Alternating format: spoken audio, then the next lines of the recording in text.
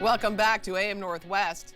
This weekend, we spring ahead, losing one very important hour of precious sleep. Here with some help as we make the change to daylight saving time, we welcome health and wellness expert, Dr. Sean Pastuch. Good to have you with us, doctor.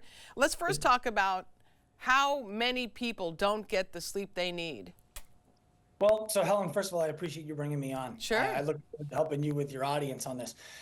The statistics range, but the consensus seems to be about 1 in 3 Americans are not getting enough sleep.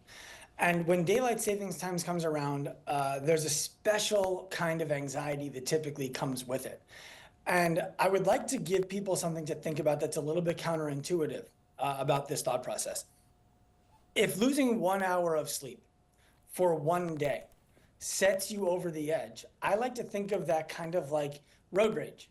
And the idea that if one person taking too long to leave when the light turns green in front of you leads to you laying on your horn, it's not because that one person set you off. It's because a bunch of other things have been happening throughout the day that led to that one little incident being too much for you to bear. And so when people really struggle with the 1 hour of daylight savings time, the thing I like to ask people to do is to consider why it was so big, why it was so important for them on that day, when it didn't have to be. Yeah. You talk too about, pain is a pretty big part of people not being able to sleep well. I speak from experience. My husband recently had knee surgery, and he really is having trouble getting enough sleep. And people with pain need more sleep. You're right. And I've been helping people dealing with chronic pain to get back to their active lives since 2005. And it's the double-edged sword of it hurts too much for me to go to sleep, and I need to go to sleep so that I can get rid of the hurt. So what do I do? Right. And so I'll give you 3 things that we can do very, very simply for people to start having better sleep tonight. And then if you'd like, we can talk about ways that people can have better sleep forever. The 3 simple things that everybody can do right now that are free are, number 1, increase your step count. If you're not getting to 10,000 steps a day, and I know that that's an arbitrary number, but let's just leave it there as something to aim for. Sure. If you're not getting that, increase your step count by 5% this week. Don't go crazy, just add a little bit more. Sure. If you're getting your steps in, make sure that your bedroom is especially dark at night. You don't have to go crazy like me, paint every wall, every ceiling black and get your blackout shades. But the Wait, what? Are you saying your walls are painted black? My walls, my ceiling, my wife thought I was crazy when we did it, and she loves it now too. Oh, wow. Okay. There's not a lot of stuff that's going on in our bedroom. Sleep is one of the things. I don't know that you should be admitting that here on television, but okay, it's up to you. Okay. We want to keep the bedroom great for sleep. Gotcha. Nice and cold. Okay. And the other thing is take a hot shower or a hot bath before you get into bed. Okay. As our body cools, it makes it easier for us to fall into deep and a REM sleep. So people oftentimes aren't getting anywhere near a hot room or a hot shower or a hot bath before bedtime. Do that 30 minutes before you get into bed.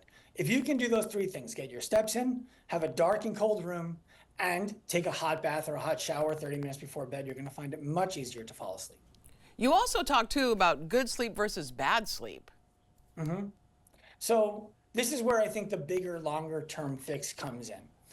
What I find is that oftentimes people who struggle to fall asleep or stay asleep are having that issue because something in their life is out of alignment. Sure. And it's what they're stressing about. So they either have trouble getting to sleep or they wake up and it's the first thing on their mind. Yeah. I had this issue. I used to keep a notepad next to my bed and I would write in it all night long. I have a recommendation for those people. Start by taking a few moments to just think, what are the things in my life I would like to be better or different?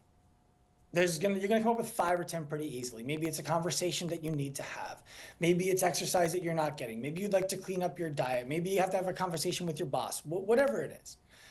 Attack the one that feels the easiest to do completely. Take the one that feels really easy and solve it completely. And then we start to move on to the next one. Because when we start to do these things, we start to feel the sense of accomplishment. The sense of accomplishment gives us more energy to do things during the day, and it allows us to much more easily fall asleep at night and to stay asleep.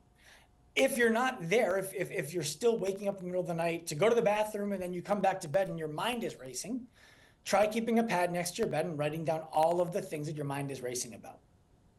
That really does help, doesn't it? Because don't you often, I mean, can't be the only one that wakes up in the middle of the night thinking about something that happened in, I don't know, college years or something. So there's a few things to what you're saying there. One is that's why I used to keep a pad next to my bed. I would write copious notes before I went to bed about things that I needed to do, or things that were bothering me, or things that I wanted to accomplish. So that when I woke up in the middle of the night, we all know that in the moment it feels pressing. We have to do it right now. It's a big deal. But nobody else is awake to do it with us. So there's no reason to stress about it. Even it's easy to say that, it's harder to do that. I find writing it down and then checking the list was always easy to say, okay, good, it's on there. I'm not going to forget about this tomorrow. But the larger thing that's at play here is that there's unresolved conflict in our lives. And that's why I want you to have the conscious moment of listing that stuff out and attacking the ones that are the simplest to solve. Yeah, absolutely, absolutely. All good tips, Doctor. Thank you so much. Great talking with you. And I'm going to bring up the painting our walls black to my husband and see how he deals with that. Listen, we have a nice shade of peppercorn in my house, and it's the ceilings, the walls. It's beautiful. Everything else is light in their bedroom, but that stuff is. Okay, thank you so much. All right, we'll be right back with more AM Northwest. Don't go away.